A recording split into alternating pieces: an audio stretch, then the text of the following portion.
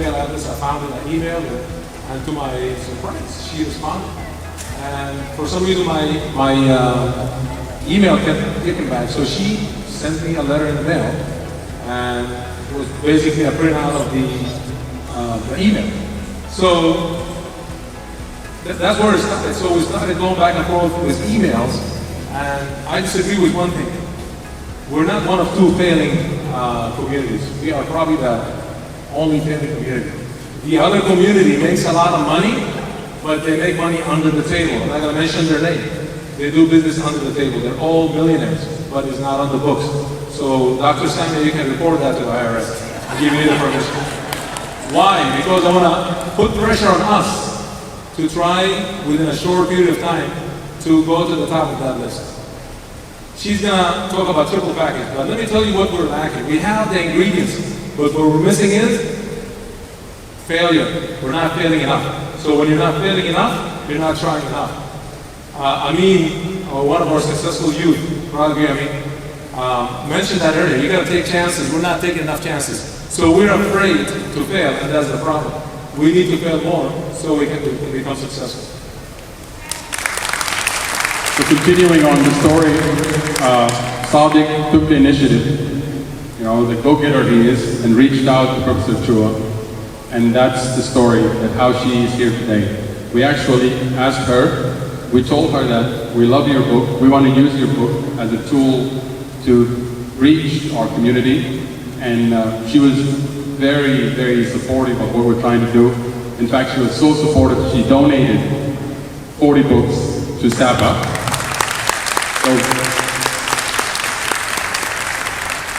And not to mention her time coming here to speak to us. We know very well that there's no way we could have afforded to bring her to speak to us, so she donated her time to come here to us. So we're actually going to give away these books here today, right? So Summer will explain to you how we will do it. We are going to give away all these books today here, and if you're lucky enough, Professor Chua can autograph it for you. Okay, so stay tuned.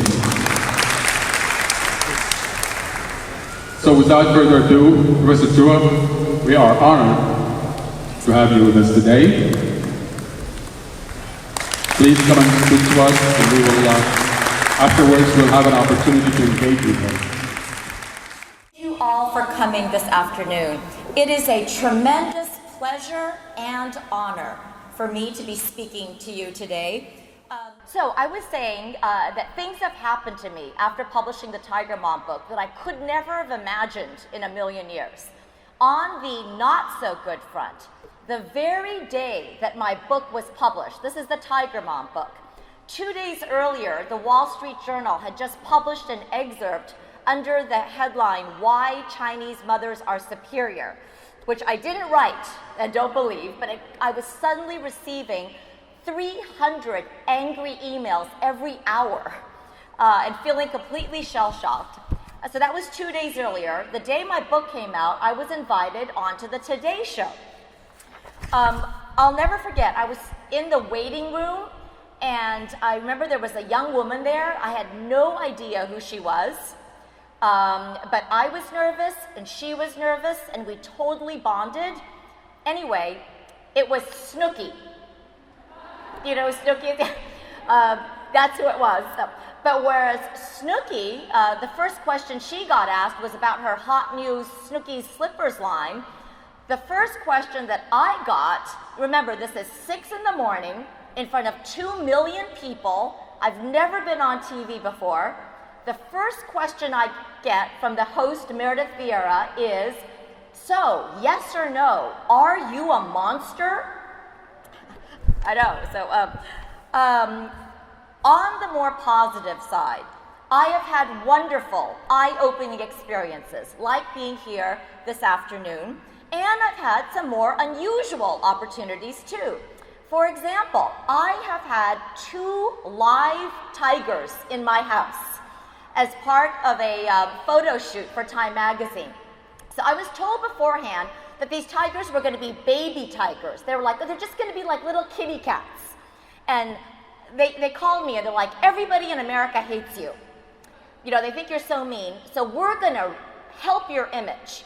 We're going to photograph you with these 2 cute little tiger cubs, and everybody will realize that you're actually warm and nurturing. Well, there was apparently a miscommunication, because when these tigers arrived at my house, they were not baby tigers. There were these humongous, roaring adults that arrived in cross chains with these 2 trainers wearing, like astronaut gear, holding them back and throwing them live chickens. And for the photo shoot, they asked me to reach down and grab this adult tiger by the scruff and yank it up like a real tiger mom, they were like saying. So I remember saying to the photographer, who was this German guy, why don't you try it first? You show me how it's done. And he was like, never mind. Yeah. What I'd like to do this afternoon is talk about the thesis of my most recent book, just mentioned, which is called The Triple Package: How 3 Unlikely Traits Explain the Rise and Fall of Cultural Groups in America, and specifically how it applies to the Sudanese American community and how it might be used to help your community turn the idea of America as a land of opportunity into a reality, not just for a scattered few of you, but for the community as a whole, particularly the younger generation. But before doing that, I wanted to take a few minutes to tell you a little bit about my own background and upbringing, just to give you a sense for a very different culture. Actually, in some ways, I think there are a lot of similarities with all immigrant cultures, but also to give you a feel for how a law professor ended up being known as the notorious tiger mom. So I was actually born in Champaign, Illinois. I know there are a lot of Midwesterners out there, but my parents were Chinese immigrants who arrived in the United States in 1960 to be graduate students at MIT. When my parents first got here, they didn't know anybody in this country, and my mom could barely speak English.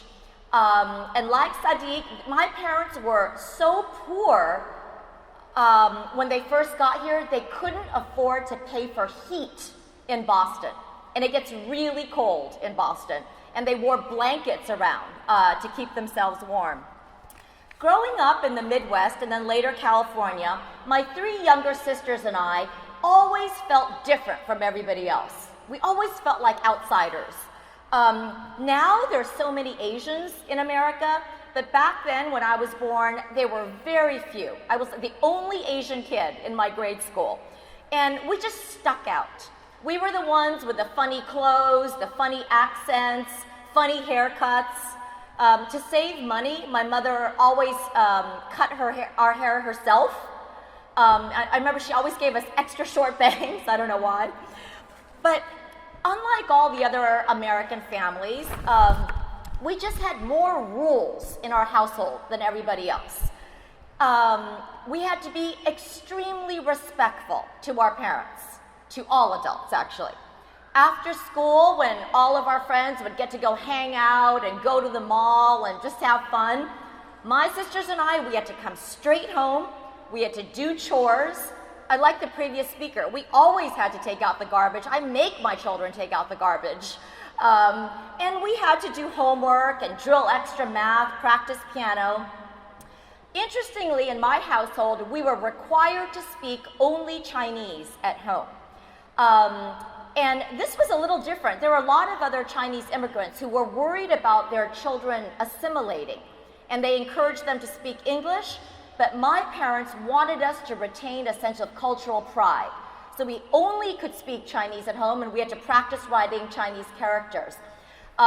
This may horrify some of you, but to enforce that, for every English word we accidentally said in the house, we had to put our hand out and we got one whack of the chopsticks.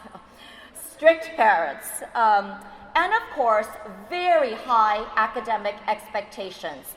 We had to be top students. If I got a 99 out of 100, that's, for most people, you get rewarded. In my family, if I got a 99 out of 100, my mom would sit me down and say, what happened to that one point? Let's figure it out and let's drill it. Another rule that was totally arbitrary, my sisters and I hated this. A rule in my house was we always had to be 2 chapters ahead of everybody else in math, starting from the 1st grade. And we would say, this is so stupid. Why are we studying these 2 other chapters? But now as an adult, I realized how smart that was. Because by the time we went to those chapters, we already knew the material. And our classmates would say, oh my God, you're so smart. But we weren't so smart. We really weren't so smart. We had just done it already. And I now see that that's a way of giving children confidence.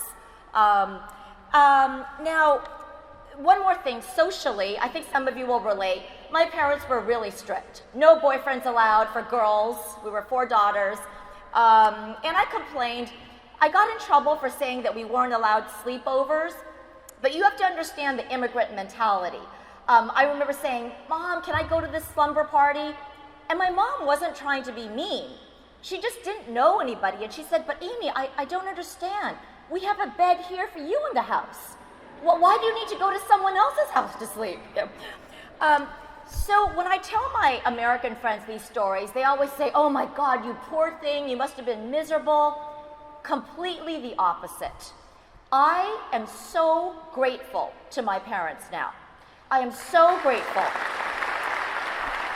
And interestingly, even though I was so scared of my parents are now almost 80. If something goes wrong, they are the first people I call, the first people. And earlier, I think it was probably Fareed who mentioned failure. I could not agree more. Failure is necessary for success. You have to overcome it. So my father, when I was trying to become a professor, I applied to 100 schools, including, I think, probably this one. Believe it or not, I got 100 rejections. 100 rejections. And I called my dad and I said, you know, I think I'm not going to be a professor. I'm just not good at this. I got 100 rejections. And I'll never forget my father, he said, wait, I don't understand. You got 100 rejections and you want to quit? He thought that was a low number. And he's like, you know, I came from another country to a different world that I didn't know anybody. You have no idea, you know. So now, looking back, I would say that my parents not allowing me to give up and being so tough on me and having had such high expectations for me is the greatest gift that anyone has ever given me. Now, that is why I was convinced, I know there are a lot of parents out there, I was convinced that I wanted to raise my own 2 daughters, even though my husband is not Chinese, the same way that my parents raised me. And I know there are a lot of parents, I don't need to tell you how different your children can be from each other, their personalities. So my first kid, Sophia, was easy. She was self-motivated, I didn't have to do anything. Then my second daughter came along, and oh my God, boy, did I get my comeuppance. My second daughter, even when I was pregnant, she was kicking up a storm. And I feel like this was a kid that was born saying no. No, I don't want to study. No, I don't want to go to school. No, I won't speak Chinese. Threw the violin down.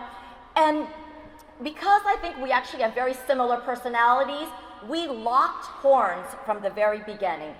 And most of the Tiger Mom book, people who write about it haven't even read it, is in a way really about my struggle to try to convey the values that my parents instilled in me that I love so much in the new generation. And I think you guys know of your parents. It is not so easy. It is not so easy in this country where the values are very, very different. So that's really what Battle Hymn of the Tiger Mother is about. How to instill these values that my parents gave me while adjusting to the very different personalities of my children, and also how to transmit this first generation immigrant drive, right? Immigrants have that work ethic. They're afraid they can't survive. How do we transmit that to our children that, you know, they have it a little easier? They're a little more privileged. They're not afraid for their lives. They don't often have that same hunger.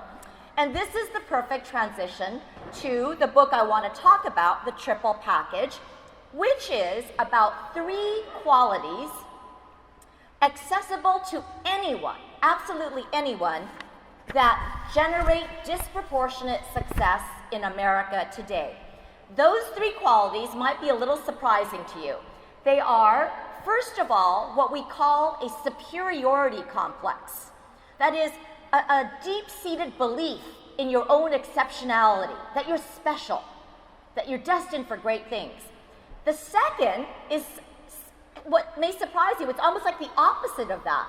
It's insecurity, a feeling that you're not good enough yet. This is what lights the fire, that you're not respected yet, that you haven't done enough yet. And the third is impulse control, by which we mean self-discipline and the ability to resist temptation. Groundbreaking studies, which we go through in the book, have demonstrated the connection between each of these 3 elements and successful outcomes. But it's really the combination of the first 2 that is so unusual and generates motivation. Now, it might be weird for some of you to think, wait a second, how can somebody simultaneously feel insecure and superior at the same time? But it's exactly that combination that gives you this kind of chip on the shoulder mentality, like, I'm going to prove myself, I'm going to show everybody, or we as a community, as we heard Sadiq saying, we're going to show everybody what we're made of. And a great example is Steve Jobs, who recently died. Steve Jobs, by all accounts, had a huge superiority complex. He thought he could change the world. His former girlfriend said he was narcissistic. At the same time, all of his closest friends also described Jobs as deeply insecure, as always having a kind of chip on the shoulder that made him work and work and work, and made him constantly feel, no matter how successful he was, that he needed to do more. And of course, Jobs was famous for his almost obsessive impulse control and discipline. Now, actually, one more example, because the triple package is very common in sports, and I know you had a great speaker this morning. Michael Jordan is another great example of the triple package. He believed that he was better than any other player on the planet. Huge superiority complex. But at the same time, there was always this insecurity in him that drove him, and that's what made him work so hard. If you read all of Michael Jordan's books and quotes, once again, you know what he talks about all the time? Failures. It's just all he can talk about. He remembers being beaten by his brother, not making the high school basketball team because he was too short. In his famous Hall of Fame speech, he still remembers the coaches who passed him by, not making the cover of Sports Illustrated, and all those things that he describes as almost like insults, that just drove him and made him more and more competitive. And you can see through incredible self-discipline and hard work, he turned that not just into athletic success, but enormous economic and entrepreneurial success. So anyone of any background can have the triple package. It's not exclusive to any ethnicity or group. I guarantee you there are many people in this room that have it, including most of your speakers. But our research does show that at this moment in the United States, some groups are instilling these 3 qualities in their members, in their children, more than the rest of the country, and these groups are the ones that are succeeding more, especially in terms of education and professional attainment. So there are actually dozens of immigrant groups that are outperforming the national average. We focus just on 8, and this is just a snapshot in time. The good news for the Sudanese Americans is that the groups that are successful change very quickly. The groups that are successful today are totally different from the ones that were successful 20 years ago, and they will be different 20 years from now. But just looking at today, the statistics are really quite stunning. One of the groups we focus on, Mormon Americans. I don't know if you realize, within 1 generation, they just rose to become incredibly successful in the corporate arena. the recent CFOs or CEOs of American Express, Citigroup, Dell, Marriott, Fisher-Price, Sam's Club, Walt Disney Animation, all Mormons. You probably don't know that. Cuban Americans. I think the Cubans are a great model for the Sudanese population because they came as a refugee population. In the 1960s, they were among the poorest in America. They rose from rags to riches in one generation. I think, let's see.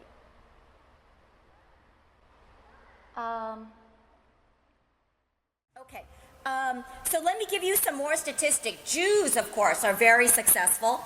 Although only 1.7% of the population, Jews today make up 1/3 of America's Supreme Court, 1/3 of America's Nobel Prize winners, and 40% of the top earning hedge funds in this country.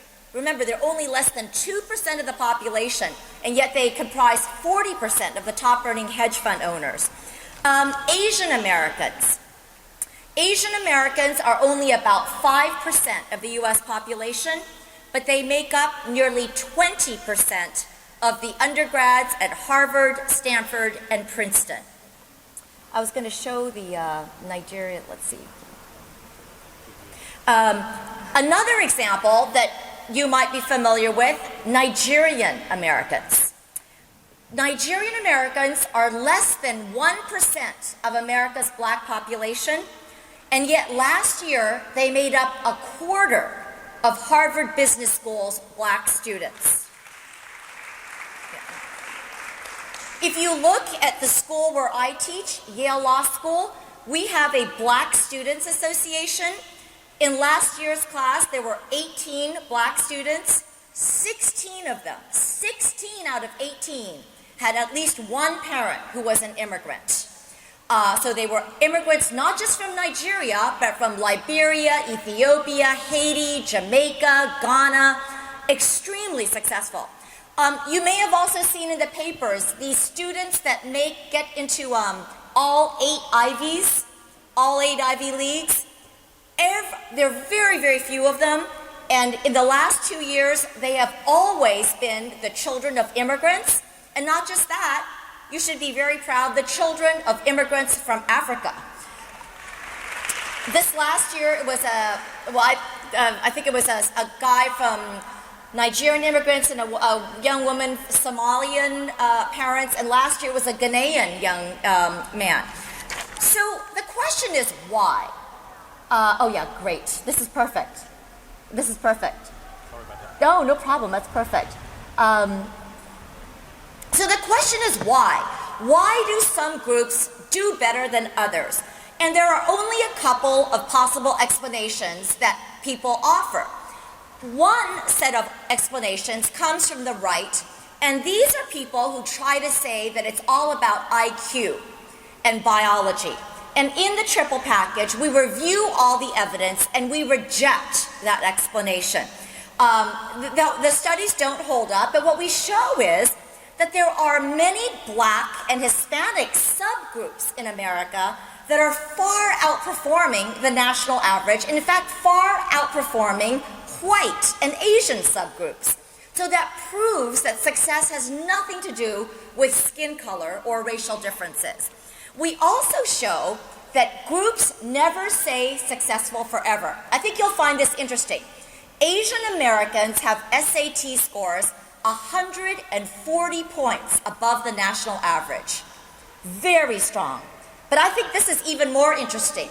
If you break out the 3rd generation, that is the grandchildren of those Asian immigrants, they do no better than the rest of the population. That is, they fall.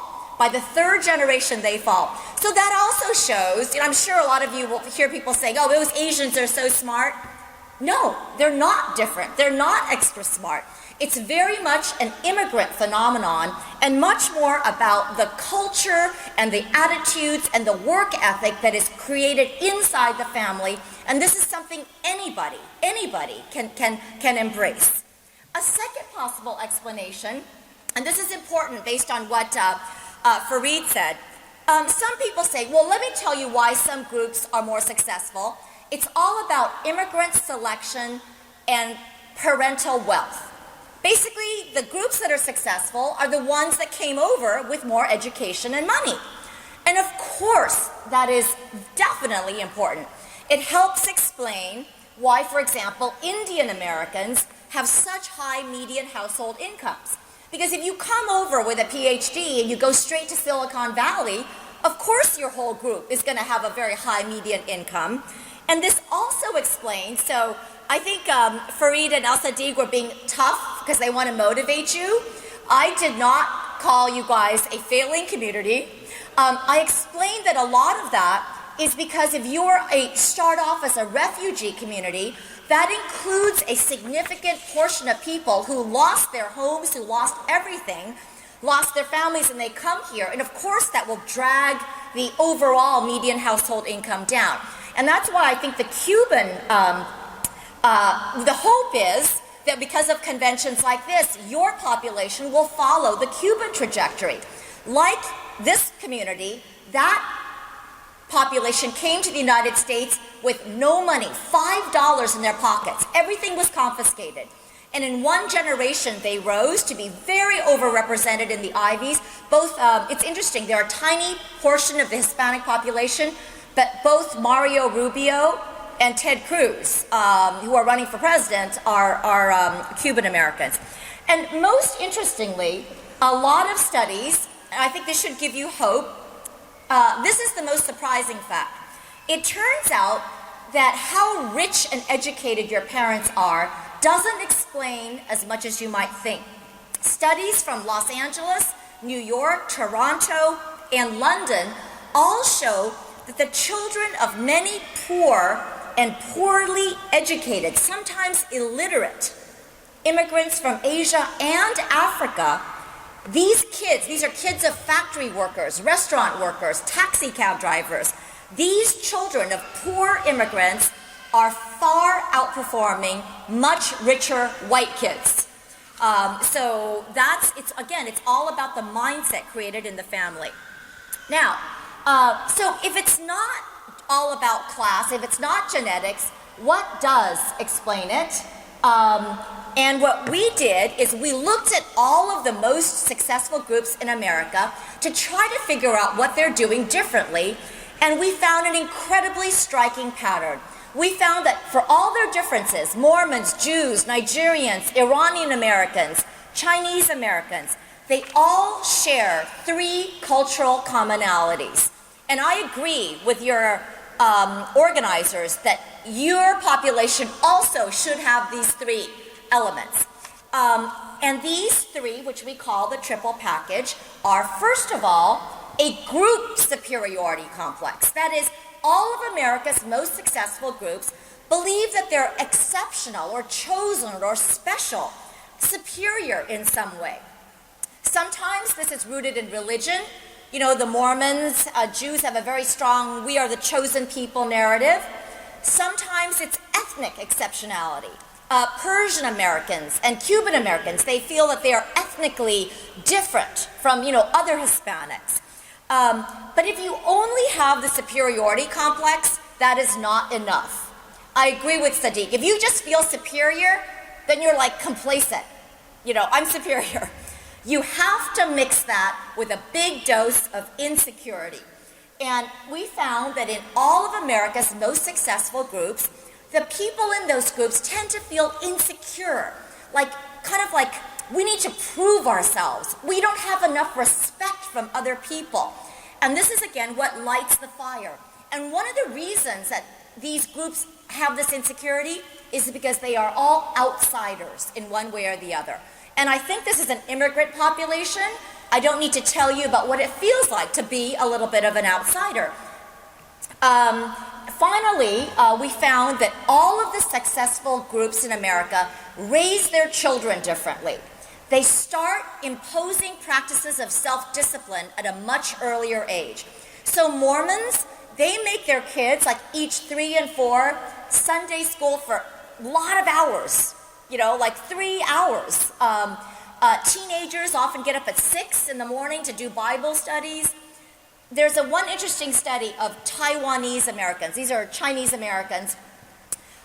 They found that Taiwanese American mothers force their preschool children, this is age 3 and 4, to engage in a focused activity. A focused activity is when you sit down and like you read or you do a puzzle or you draw, but with no distractions, just focus.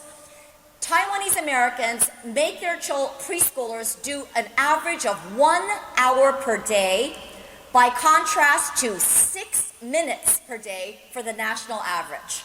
Think about the difference. Starting at a very young age, they're getting their kids to focus for an hour a day, and what the study shows is that that has long-term benefits all the way through life. Now, at this point, I would like to tie things together and bring everything full circle. I'd like to connect the triple package to my own story and to the Sudanese American community specifically. So for me, at a personal level, the triple package is not about statistics. It's not about success, really.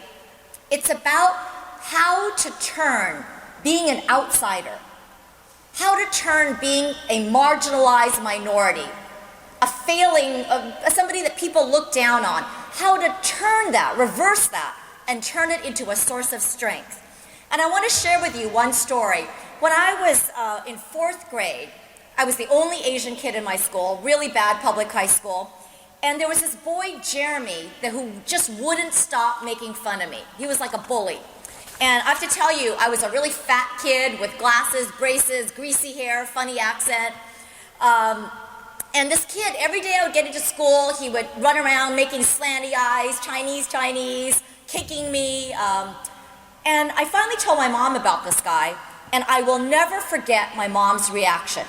She was mad at me, not the kid. She said, "Amy, why are you even thinking about this stupid boy? We come from the oldest, most magnificent, most ancient civilization. We invented everything. Why, and would you waste 1 second thinking if this stupid boy doesn't even realize that, who cares?" Now, my mom is a little bit of a non sequitur, obviously being a little ethnocentric. I don't think we invented everything. But for me, an 8-year-old, the only Asian kid in my class, that sense of cultural pride and distinctiveness that she gave me provided me with a kind of armor and psychological strength that really strengthened me. And I'm guessing that this story will resonate for some of you in this audience. It turns out that it's a very common phenomenon for immigrants to turn their ethnic heritage into a kind of like an ethnic shield against majority prejudice and discrimination. Helene Cooper, who writes for the New York Times, she's a really successful journalist. She's a Liberian American. She wrote a beautiful memoir called The House on Sugar Beach, describes this exact psychology. She says, while in America, all the African Americans are worrying, civil rights movement, are we as good as white people? She said, why should we be trying, her mentality, her parents instilled in her, who needs to struggle for equality? Let everyone else try to be equal to me. So again, it's a sort of inversion that can give you a lot of confidence. And creating this kind of armor and sense of group pride and exceptionality is something that, like conventions like this, are so important for. I mean, I'm so excited to look at the artwork, and I saw the music presentations, because you bring together people of a common heritage, and you celebrate all the talent that you wouldn't really just know if you were in America at large. And I think this is something that the Sudanese American community should be doing more of, especially with the younger generation.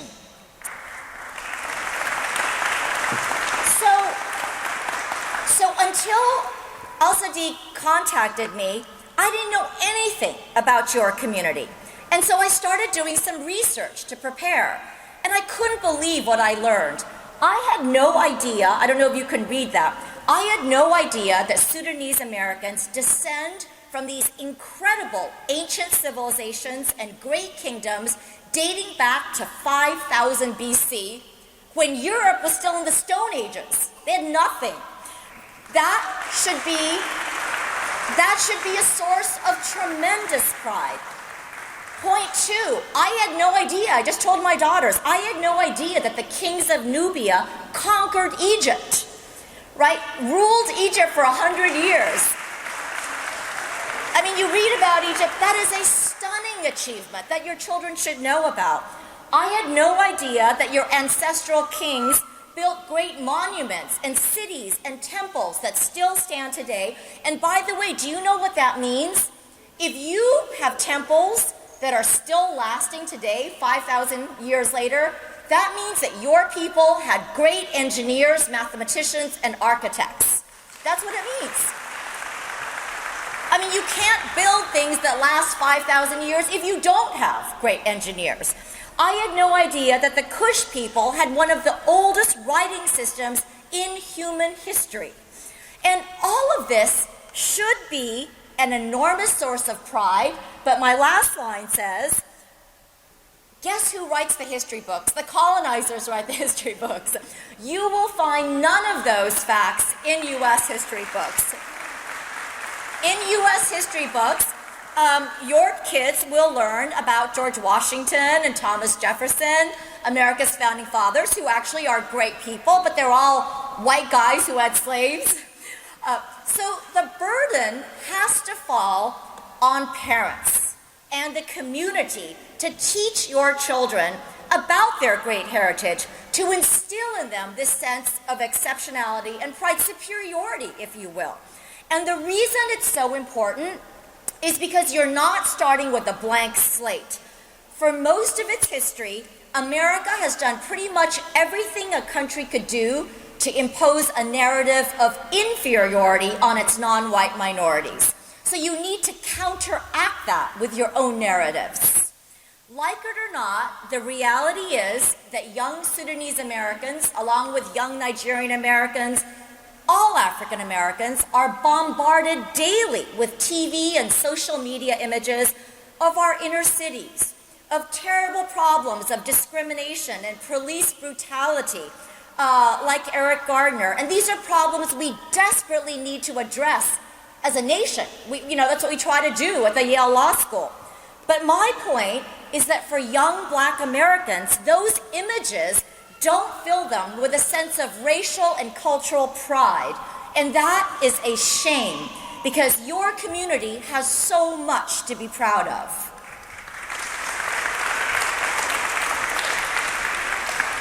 Now, I'm not just talking about touchy-feely ethnic pride. Some of the most interesting studies are in the triple package. There's one study, I think this is, sorry. Okay, believe it or not, studies show that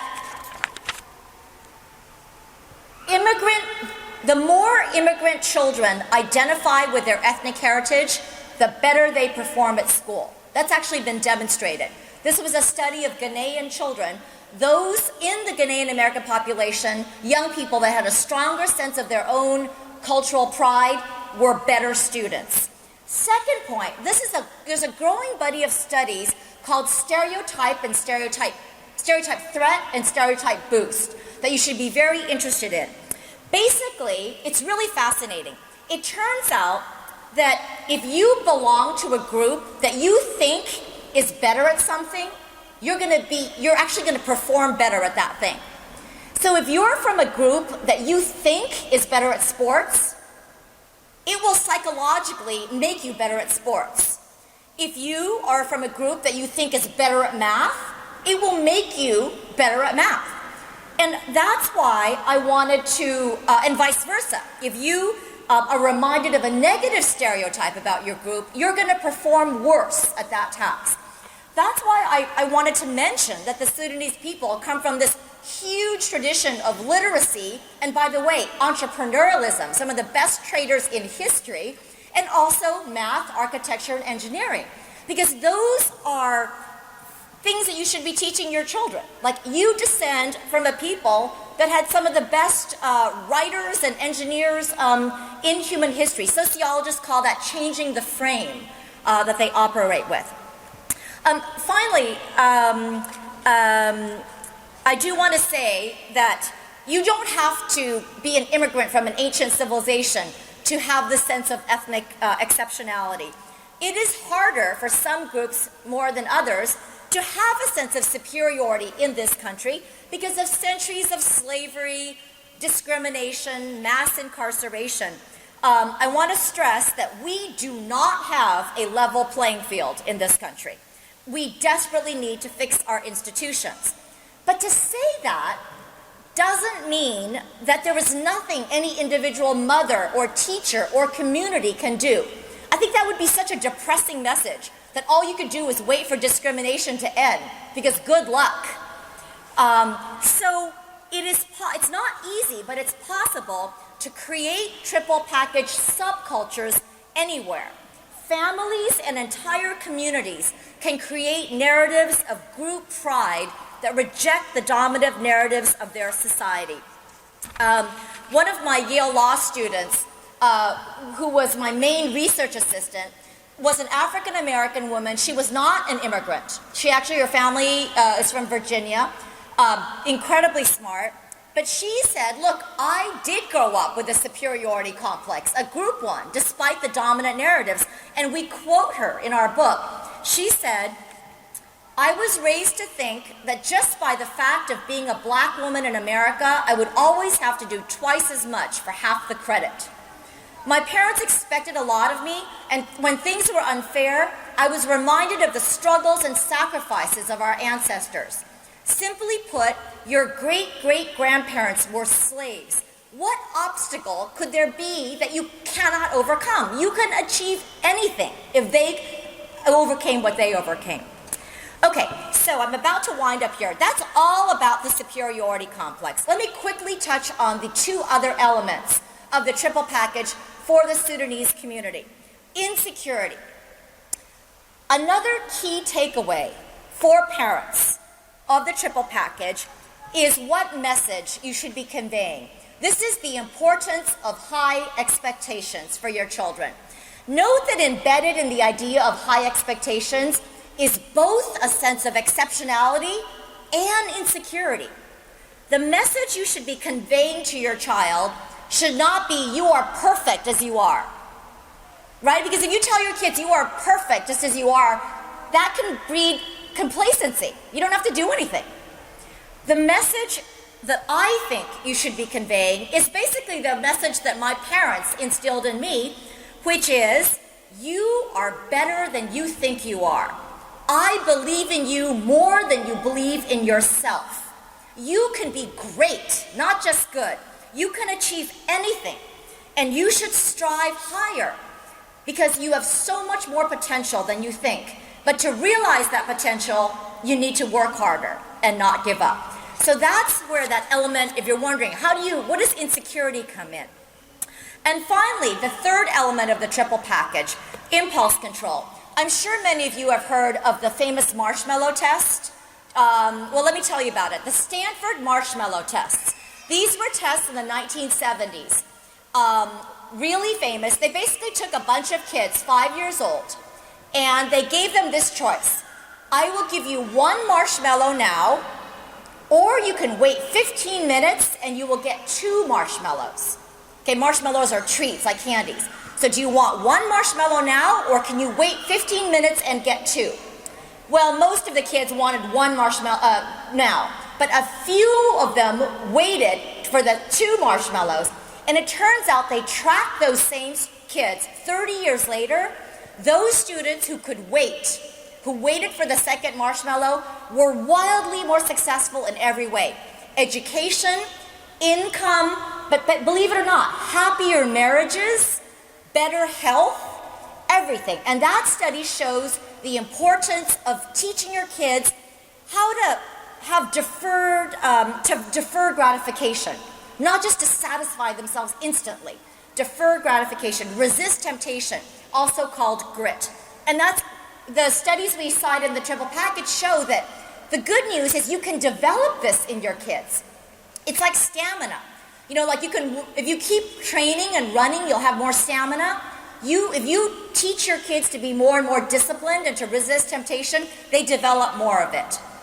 Now, I want to tell you one more study.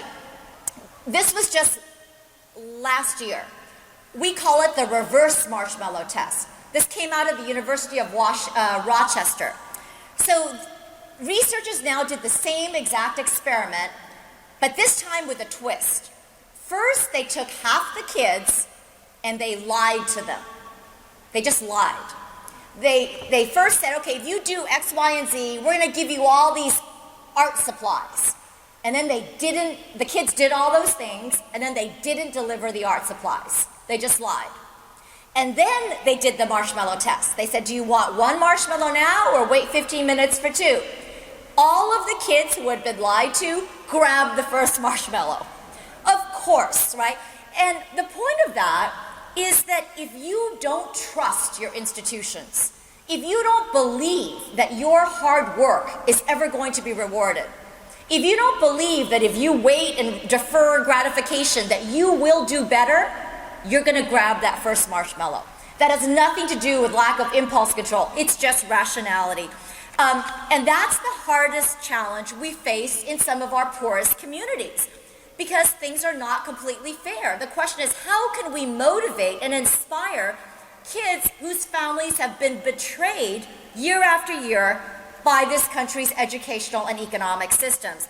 So even within the Sudanese American community, if you have some young people who look around and start to feel, you know, it doesn't matter how hard I work, I'm never going to be able to rise. I'm never going to be able to make it rich. Well, they're not going to work hard. If they don't believe that hard work is going to pay off, they're not going to work hard. And they'll even turn to criminality, right? That's a faster way. And one important way to try to counteract that kind of discouragement is through role models and mentoring and networking. Again, why I wanted to come to this convention today. Having people like your speakers today and tomorrow get up and tell their stories.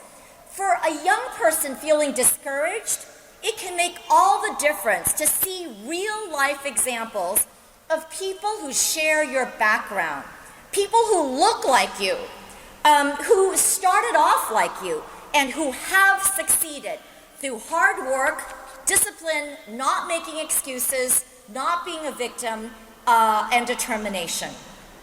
So in conclusion, then I'm happy to take questions. I know that there are a lot of parents out there, and I did a fun interview with Hannah Baba, the radio person, who was lovely, and she asked me this question, what is the hardest thing that you've ever done? Hands down, parenting. I mean, I've lived through controversies, and parenting is the hardest thing. So I want to end by sharing you with a story with you. I got in huge trouble for this story. It was published in the Wall Street Journal. People wrote me hate mail for 4 years. But it's funny because in my story, this is my family, we all love this story. And I hope that parents will take something from it. So my younger daughter, Lulu, very, very difficult, was about 7, and we were playing the piano.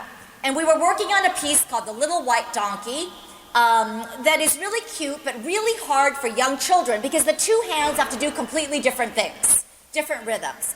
And we drilled and drilled for weeks, but she just couldn't do it. And finally, she stomped off and said, no. She tore the music in half. I'm not doing this. And I dragged her back to the piano. I said, you get back here. We're going to do this. And we were fighting and screaming. I have to confess, it was not pleasant. At a certain point, my husband pulled me aside. And my husband said, Amy, this is miserable. Has it ever occurred to you that maybe she just can't do it yet? That she physically just doesn't have the coordination to do it? And I remember saying, oh, I get it. You just don't believe in her. Well, I don't care. You could be the one that the kids love because you take them to baseball games and give them ice cream and water parks and whatever. I know she can do it. So I dragged her back to the piano. We worked right through dinner. And I have to tell you, at a certain point, I was going to give up. It was just getting worse and worse. And then just right before I was about to give up, suddenly her two hands came together. And we both held our breath. It was like it was working. She was playing it. And she noticed it the same time that I did. And guess what? After that, she refused to leave the piano. She just wanted, she couldn't believe it. She felt so much pride and joy and frankly surprise. She didn't think she could do it. And she just sat there and didn't want to leave. And I mentioned this story because Lulu has said so many nasty things for me. She just 22 now and doing very, very well. I'm very close to them. But the reason I tell you this story is that Lulu tells me, and she said this in an interview to Harvard Magazine, that she remembers that exact moment. She said that, you know, when I was in high school and I suddenly had a blank, like there's a chemistry exam and I have 0, I can't do this. Or I have to write a paper, I have writer's block. I can't write a single word. She said, I would remember, I have felt this way before. I have felt before that I was absolutely sure that I couldn't do it. But by not giving up, by just sticking in there and just keep trying, I realized that I could do something that I was absolutely sure I couldn't. There is nothing better for building confidence than realizing that you actually can do something you thought you couldn't. And that's really the point I want to leave you with. We all, in the West, we all want to give our children confidence and self-esteem. But you know what? There's no easy way of doing it.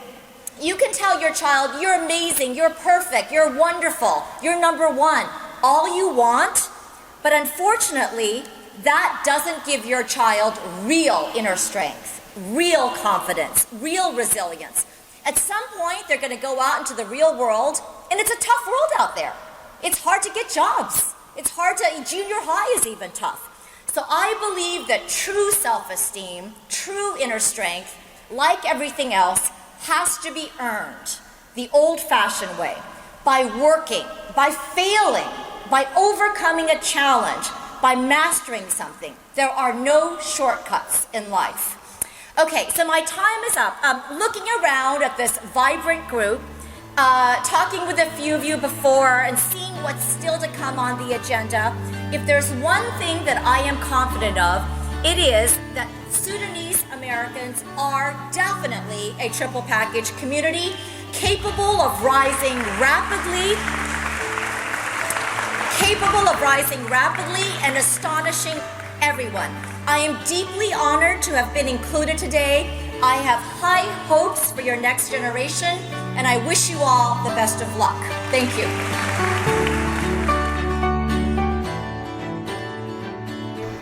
Also, I want to say thank you to Saad Capital Productions for supporting SAPAA for the last 3 years. By the way, Saad's father, who's a true legend, just released his last book. Melodies, Not Militants, African Artists, Message of Hope. And we have a special copy for Professor Chua. Thank you. Thank you. Also, if you look at the back of your program, beautiful painting by one of our successful young artists, Omar Ibrahim is with us. And Omar has one of his pieces, and he's going to present to Professor Chua.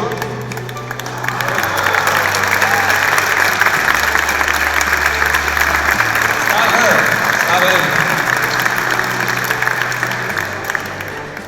Also, now the real test, and also to share with the world. When a Sudanese man is late, why do you think he's late? Anyone knows the answer? Because our beautiful wives have to wrap themselves with a toque. So today we're going to present a toque to Professor Chua. We're going to show you how to put it on for a photo op.